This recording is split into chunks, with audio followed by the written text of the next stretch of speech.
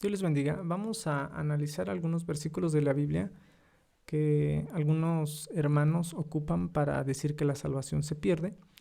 Y uno de los textos más ocupados es Filipenses capítulo 2, versículo 12, que dice: Por tanto, amados míos, como siempre habéis obedecido, no como en mi presencia solamente, sino mucho más ahora en mi ausencia, ocupaos en vuestra salvación con temor y temblor. Entonces, muchos Muchos toman únicamente esta parte que dice: ocupaos en vuestra salvación con temor y temblor, y con eso están tratando de asegurar que si una persona no se ocupa en su salvación, si una persona no practica, si una persona no hace buenas obras, puede perder su salvación. Pero se olvidan de todo el versículo 12 y del contexto, y lo vamos a analizar brevemente. Dice la Biblia, Pablo les habla a los hermanos y les dice: amados míos, como siempre habéis obedecido, no como en mi presencia solamente, sino mucho más ahora en mi ausencia. Entonces, Pablo da por hecho que los hermanos siempre han obedecido, siempre han acatado el consejo de Dios, que los hermanos practican la fe, que los hermanos viven procurando hacer la voluntad de Dios. No tiene duda de eso y se los externa, pero no solamente Pablo cree y tiene la convicción de que ellos practican la fe cuando Él está presente, sino Él menciona, dice, mucho más ahora en mi ausencia. O sea, mucho más ahora que el apóstol Pablo no está con ellos. Pablo sabe que ellos van a seguir practicando la fe, que ellos van a seguir haciendo la voluntad de Dios. Y lo único que hace es decirles: pues ocúpense, adelante, háganlo. Yo sé que lo van a hacer. Yo sé que aunque yo no esté presente, ustedes se van a estar ocupando en su salvación con temor y temblor. Y ocuparse no tiene que ver con que Pablo les esté diciendo que se van a ganar la salvación, que con sus obras van a poder alcanzar a ser salvos, ¿no? Porque esto contradice la doctrina de la salvación, el Evangelio. La salvación es completamente por la gracia de Dios. Pablo lo tiene claro y los hermanos en Filipos también lo tienen claro. Lo único que está haciendo Pablo es alentarlos a que ellos practiquen y sigan adelante viviendo en santidad, haciendo la voluntad de Dios, que ellos se gocen, que ellos se esfuercen, que ellos hagan todo por procurar apegarse a la palabra de Dios, al consejo que el apóstol Pablo les está dando en esa carta, y que sin duda los hermanos lo van a hacer.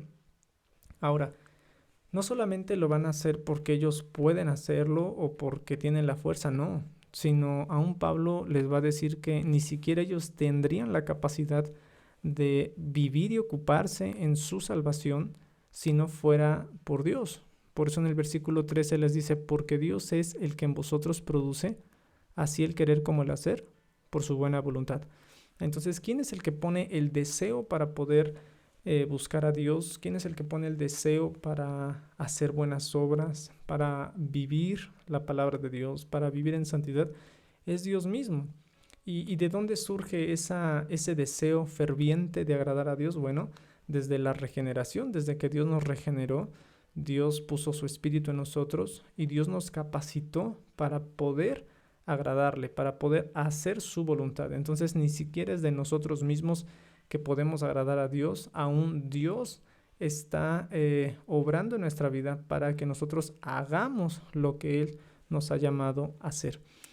Entonces, no veo en ninguna parte de este versículo que Pablo esté tratando de intimidarlos, de atemorizarlos, de enseñarles que pueden perder la salvación si no se ocupan, sino más bien vemos que el apóstol Pablo lo único que está haciendo es alentarlos y aún decirles que el ocuparse en esa salvación depende mucho del poder de Dios. Dios es el que en nosotros pone el querer como el hacer por su buena voluntad.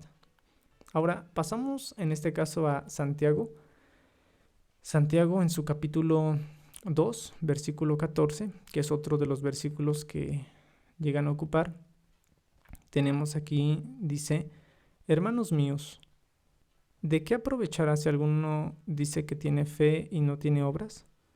¿podrá la fe salvarle? Y ahí está el detalle de muchos que comienzan a decir que la fe, por la fe no podemos solamente alcanzar la salvación, sino que necesitamos agregarle obras a nuestra fe para poder ser salvos. Prácticamente están enseñando que la salvación es fe más obras, ¿sí? Igual a la salvación. Pero en primer lugar, la salvación, lo repito, es únicamente por la gracia y accedemos a esa salvación por la fe, únicamente, ¿sí? Por fe somos salvos, dice la palabra de Dios, ¿sí? Únicamente por medio de la fe podemos adquirir esa salvación que Dios nos ofrece gratuitamente.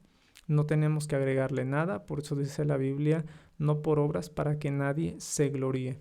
Entonces no es una contradicción, no es como que Pablo en la carta a los romanos o en los efesios o a los gálatas, Pablo está enseñando otra forma de salvación y Santiago está enseñando otra manera de ser salvos, ¿no? Simplemente que Santiago va a poner más énfasis en esa fe viva, en esa fe verdadera, en esa fe que está enfocada en Dios, esa fe que va a producir fruto de justicia, frutos de misericordia, esa fe que es evidente en la forma de comportarse, de vivir, de conducirse, de ser con los demás.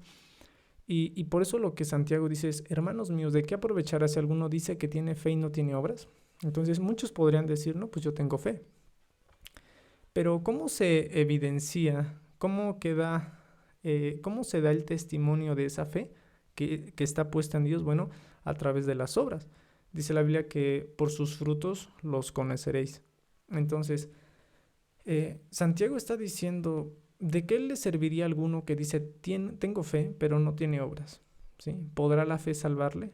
Y no se está refiriendo a esa fe verdadera, más bien se está refiriendo en este caso, ¿podrá ese tipo de fe que dice tener, le podrá salvar? Obviamente que no, lo va a responder más adelante. ¿Por qué? Porque hay quienes pueden tener una fe, pero no una fe puesta en Dios, no una fe verdadera. Y al no ser una fe verdadera, una fe viva, es una fe muerta. Y una fe muerta nunca va a producir fruto de justicia. Por eso pone el ejemplo práctico, porque Santiago se enfoca en la práctica.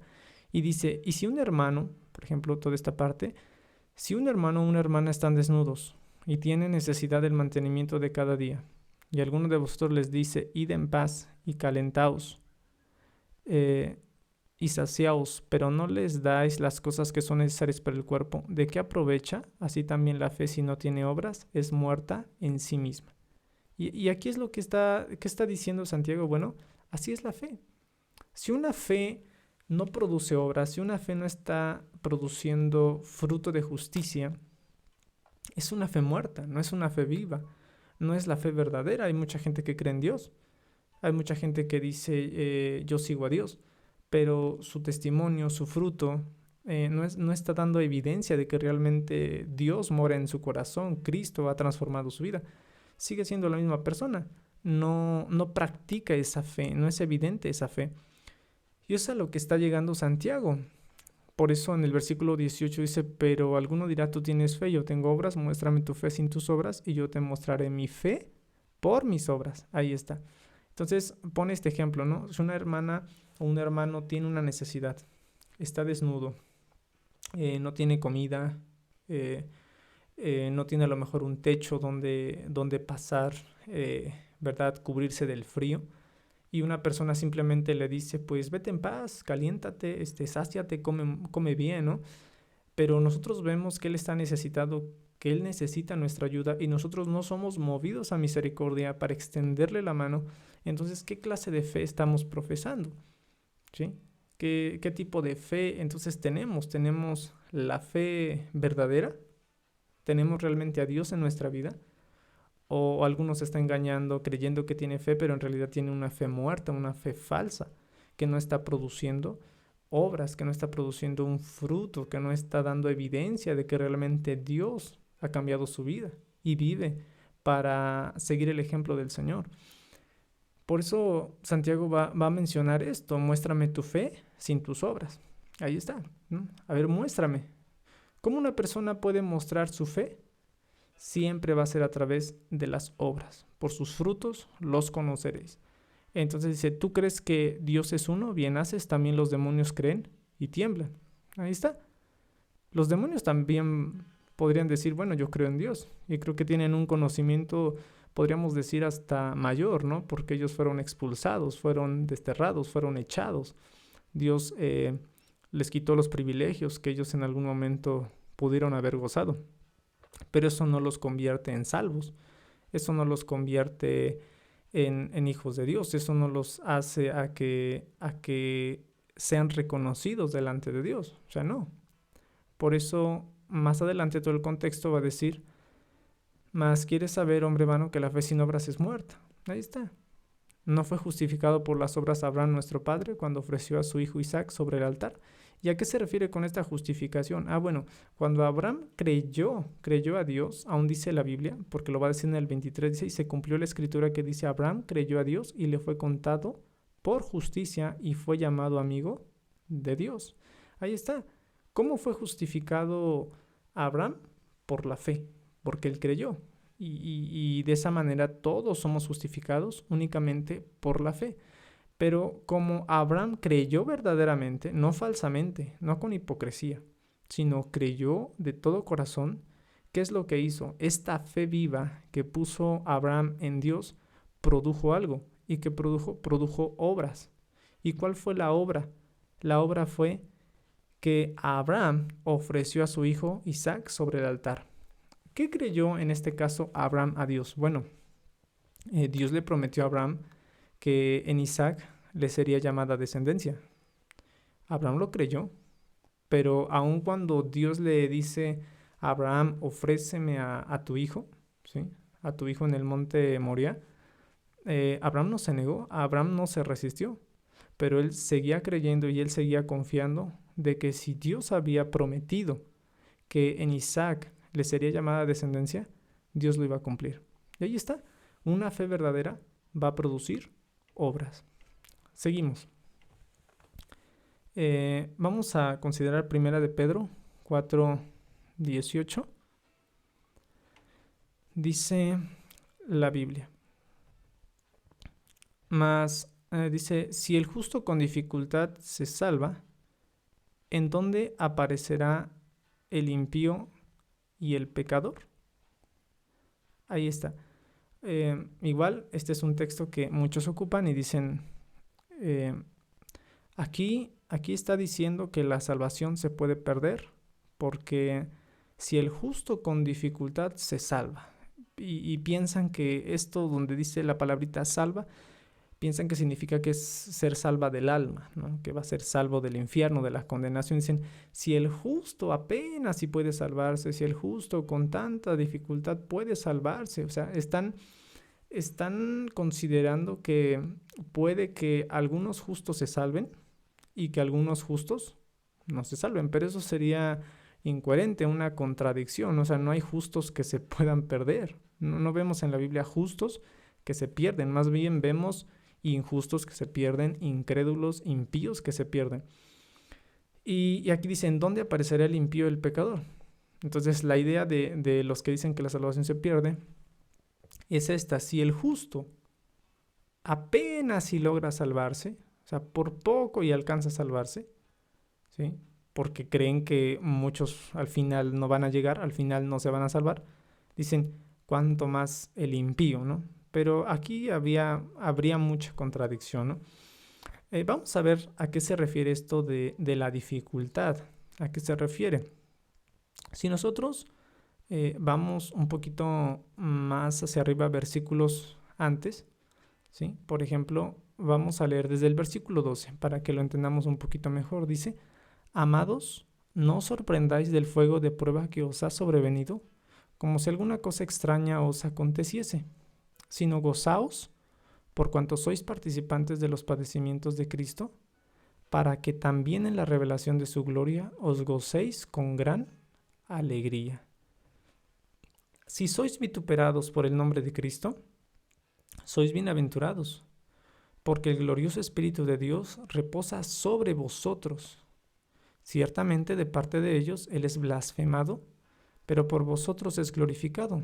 Así que ninguno de vosotros padezca como homicida, o ladrón, o malhechor, o por entremeterse en lo ajeno. Pero si alguno padece como cristiano, no se avergüence, sino glorifique a Dios por ello, porque es tiempo de que el juicio comience por la casa de Dios.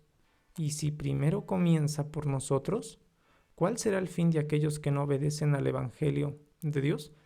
Bueno, ya con estos versículos anteriores, ¿qué nos está diciendo en este caso? San Pedro está hablando en un contexto de persecución, de dificultades, de amenaza contra la iglesia, contra los cristianos, y les dice desde el versículo 12, que ya lo leímos, no se sorprendan del fuego de prueba. Ahí está la prueba, ¿no?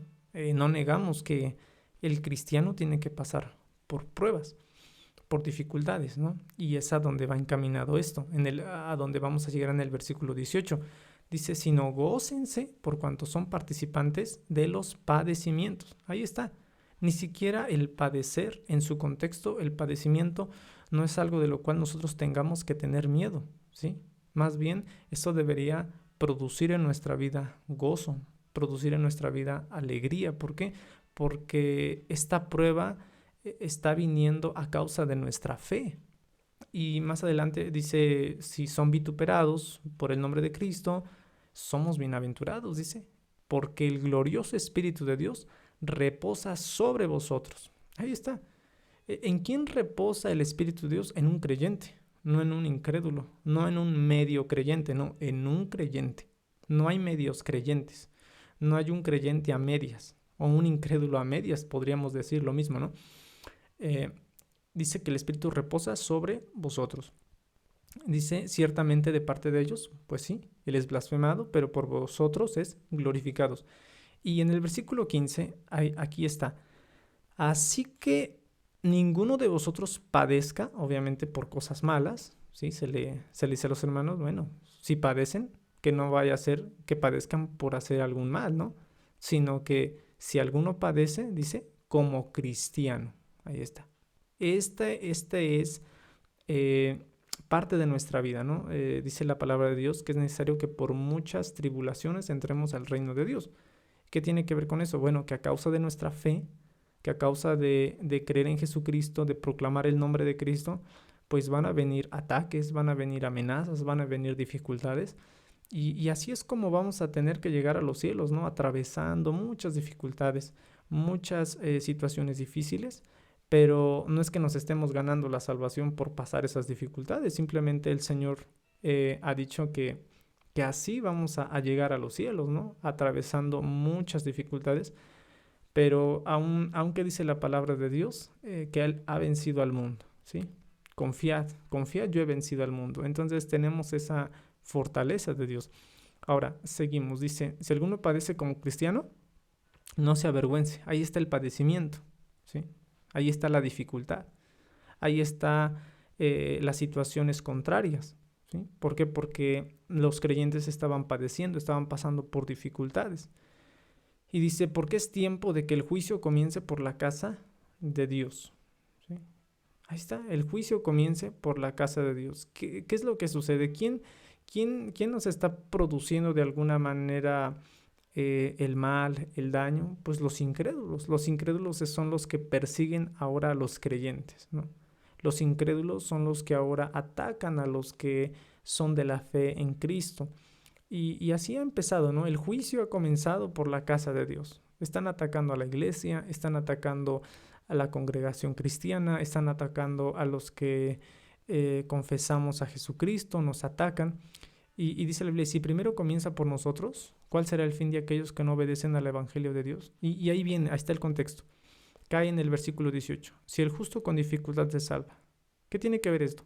Bueno, si los que hacemos el bien, ¿sí? Los que vivimos correctamente, los que procuramos obedecer a Dios, agradar a Dios, no causar mal, sino actuar con justicia, hacer obras justas, hacer obras correctas, aún así nos vienen dificultades, aún así sufrimos el oprobio, aún así somos atacados, somos amenazados, somos lastimados, somos perseguidos. O sea, aquí viene, si el justo con dificultades se salva, ¿sí? No es que sea difícil alcanzar a ser salvo, sino tiene que ver con que el justo va a alcanzar a llegar con Dios, ¿sí? Atravesando muchas dificultades, muchos peligros, muchas tribulaciones. Pero pues Dios nos va a socorrer, ¿sí? Obviamente. Dios está con nosotros. Y ahora viene el contraste. ¿En dónde aparecerá el impío y el pecador? Si el justo, haciendo obras justas, padece, tiene dificultades, pero al final será salvo, ¿sí? ¿Qué será del impío que se la pasa haciendo cosas malas, que vive pecando, que vive haciendo el mal? ¿Qué será de él? La condenación eterna. O sea, será algo mucho peor, será algo algo que no se puede comparar a lo que a lo mejor nosotros como cristianos ahorita padecemos. ¿Qué será del incrédulo? ¿Qué será del impío el día de mañana? Que por sus malas obras, por sus obras injustas, va a tener que sufrir la ira de Dios, va a tener que sufrir la condenación eterna. Y fíjense, si seguimos leyendo en el versículo 19, dice: de modo que los que padecen según la voluntad de Dios encomienden sus almas al fiel Creador y hagan el bien. Fíjense, de modo que los que padecen según la voluntad de Dios. Entonces, aún estos padecimientos están bajo el poder de Dios. O sea, nadie puede hacer nada contra la iglesia, nadie puede hacerle daño a un creyente, a un cristiano, si Dios no lo permite. ¿Sí? Entonces, aún estas pruebas, aún estas dificultades, aún estas cosas que vienen en nuestra vida, Dios está ahí. Dios está cuidando de nosotros. Dios está observando. Porque dice: de modo que los que padecen según la voluntad de Dios. Entonces, imagínense, esto sería algo contrario, ¿no? Unos dicen: bueno, es que el justo con dificultad se salva. ¿Qué quiere Dios? Que seamos salvos. Pero resulta, si lo entendemos como muchos lo enseñan, que la salvación se va a perder, ¿sí? Y que es muy difícil, entonces estaríamos diciendo que Dios mismo nos está poniendo el tropiezo para que no seamos salvos. No, estas dificultades vienen ¿de quién? De los incrédulos, ¿sí? Nos atacan, el contexto está diciendo eso. ¿Por qué estamos padeciendo? ¿Por qué? Porque muchos de ellos nos dicen que nosotros blasfemamos, cuando en realidad estamos en la verdad. Pero aún todas esas dificultades están bajo el cuidado de Dios. O sea, Dios en su soberanía, providencialmente, Él todas las cosas las tiene bajo control. No hay nada que se escape de Dios. Dice: de modo que los que padecen según la voluntad de Dios encomienden sus almas al Creador y hagan el bien. ¿Ven? Ahí está. Encomiéndense a Dios. Esto tiene que suceder, esto tiene que pasar. Pero encomiéndense a Dios. Él los va a ayudar, Él los va a sostener, Él va a cuidar de ustedes y sigan haciendo el bien. Ahí está, hagan el bien. No dejen de hacer el bien. ¿Sí? No se retracten, sino sigan adelante, sigan haciéndolo. Aunque las dificultades ahí estén, aunque empeoren, pero ustedes sigan haciendo el bien. Entonces, hermanos, hasta aquí la primera parte de 3 versículos que hemos analizado en cuanto a su contexto, digamos su contexto inmediato, más próximo a lo que nos dice el versículo que muchos usan. Y bueno, ya queda en cada uno, ¿no?, que se aferre a la idea de que la salvación se pierde tomando estos versículos, o que la palabra de Dios le convenza en su corazón, el Espíritu Santo, y pueda entender que estos versículos no están enseñando que la salvación se pierde, más bien están mostrando que una persona que es salva es una persona que se va a ocupar en su salvación, que va a vivir para Dios, que va a producir obras, ¿sí? No para ganarse el cielo, sino va a producir obras porque esta es la consecuencia de una verdadera fe, de alguien que realmente ha sido salvo por Jesucristo. Y que sin duda van a venir dificultades, van a venir situaciones difíciles a la vida del creyente, pero confiamos en Dios que Él nos va a ayudar y seguiremos haciendo el bien, seguiremos predicando, porque Dios está con nosotros y llegaremos un día con el Señor, porque Él tiene cuidado de cada uno. Dios les bendiga mucho. Hasta la próxima.